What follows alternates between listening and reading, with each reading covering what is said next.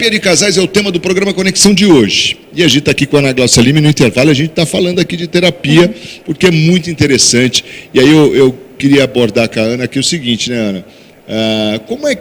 Quais são as principais demandas hoje que você percebe no consultório?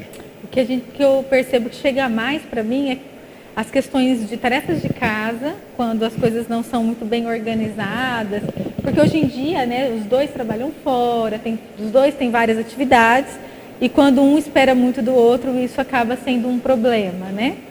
A questão financeira, Marcos, é uma questão que pega muito mesmo, quando o dinheiro entra, o amor sai. O dinheiro a falta de dinheiro entra pela porta, o amor sai pela janela. Pois é. Você percebe isso lá? Eu percebo isso também, porque também essa questão financeira pega bastante, é muito difícil da pessoa, muitas vezes, ceder um pouco, sabe? Deixar um pouco que o outro faça esse tipo de gasto, e tem aquela questão também de como que vai organizar esses gastos, se vai dividir tudo 50%, se cada um, o que cada um vai pagar, e isso a gente precisa se organizar.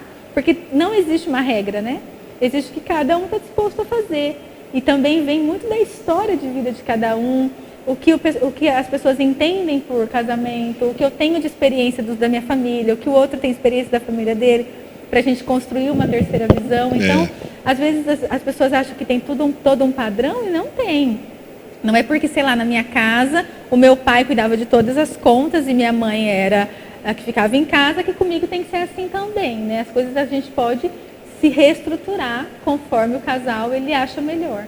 Então, a questão financeira também entra muito. A questão de educação de filhos também é uma questão muito difícil, quando um tira a autoridade do outro. Isso é péssimo. Isso é péssimo, isso é muito complicado, porque aí acaba... Porque reflete totalmente na criança. Pois é. E a gente acaba dizendo que muitas vezes a gente percebe algum bode expiatório aí da relação, né? Ah, talvez o meu filho precise de terapia. E às vezes não é a criança, né? Às vezes a criança, ela está percebendo muitas coisas em casa. Talvez se os pais não buscarem, logo ela vai precisar, né? Exatamente. Então, essas são as maiores demandas, mas eu ainda também, como número 1 clássico, fica bastante o desejo. Como eu quero que o meu cônjuge me trate, como eu quero que as coisas aconteçam da minha maneira.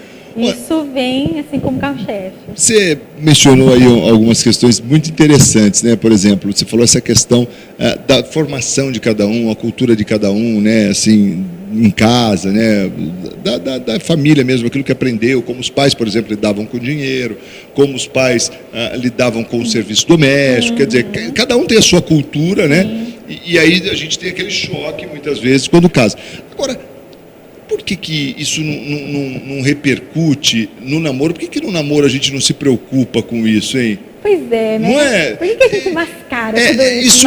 Isso é colocado na terapia, ou não chega nisso? Você fala assim, não, chega. Ela era assim no namoro, ou ele era assim no namoro, né? Chega. Porque muitas vezes, hoje que a gente está num namoro mais contemporâneo, né? Que o casal meio que... Será que o namoro é como uma campanha política? Pode ser, em alguns casos pode ser assim, ainda mais se uma das partes quiser casar rápido, né? E aí passa uma máscara aí, né? Eu me lembro. Vai só prometendo. Eu me lembro quando meu namorado chegou em casa um dia e eu estava com o cabelo sem passar chapinha, sem maquiagem. Eu olhei para ele e falei, uau, oi, tudo bem? Ele olhou, tudo bem. E eu super preocupada com a minha aparência, porque ele não tinha me visto assim, daquela forma ainda. Então, muitas vezes acontece que a gente vai maquiar algumas coisas por N situações, por N desejos, novamente, que eu digo, né? Mas, às vezes, tem uma coisa muito interessante que acontece também, Marcos, que as pessoas acham que quando casa muda, né? Né? Ah, não, quando casar a gente vai melhorar, né? Isso, né? Quando casar, sei lá, a gente vai estar junto 24 horas, vai ser só amor. E não vai, né? Não vai, porque pode piorar alguma coisa. A verdade é que não vai. Pois é, algumas situações a gente precisa aproveitar as fases da relação, né? E colocar tudo em pratos limpos ali. É claro, gente, que não tem ninguém perfeito, né? Mas a gente nem com a gente casa, porque a gente não é perfeito, né? Eu não casaria comigo.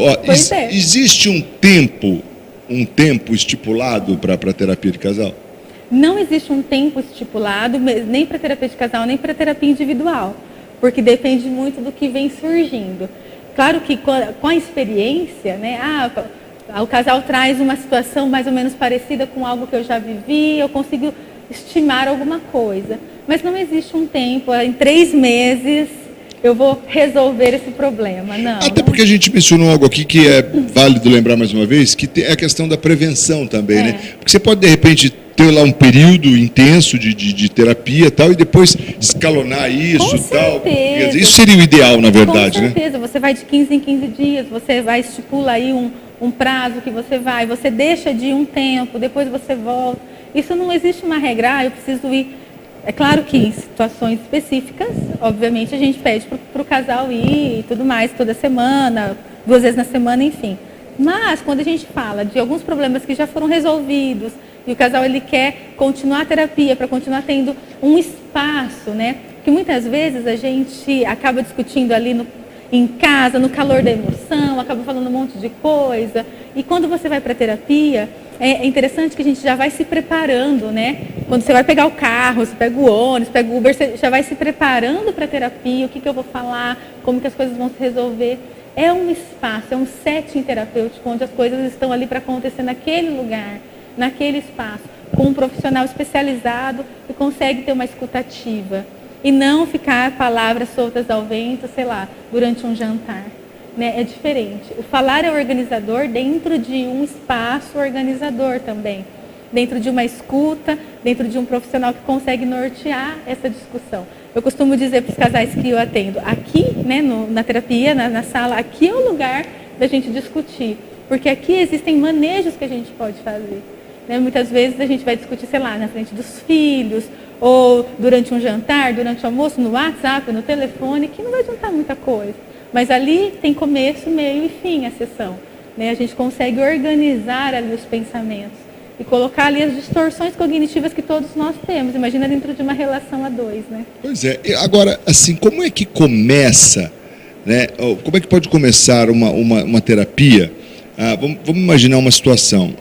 Eu entendo, como marido, que eu preciso buscar ajuda.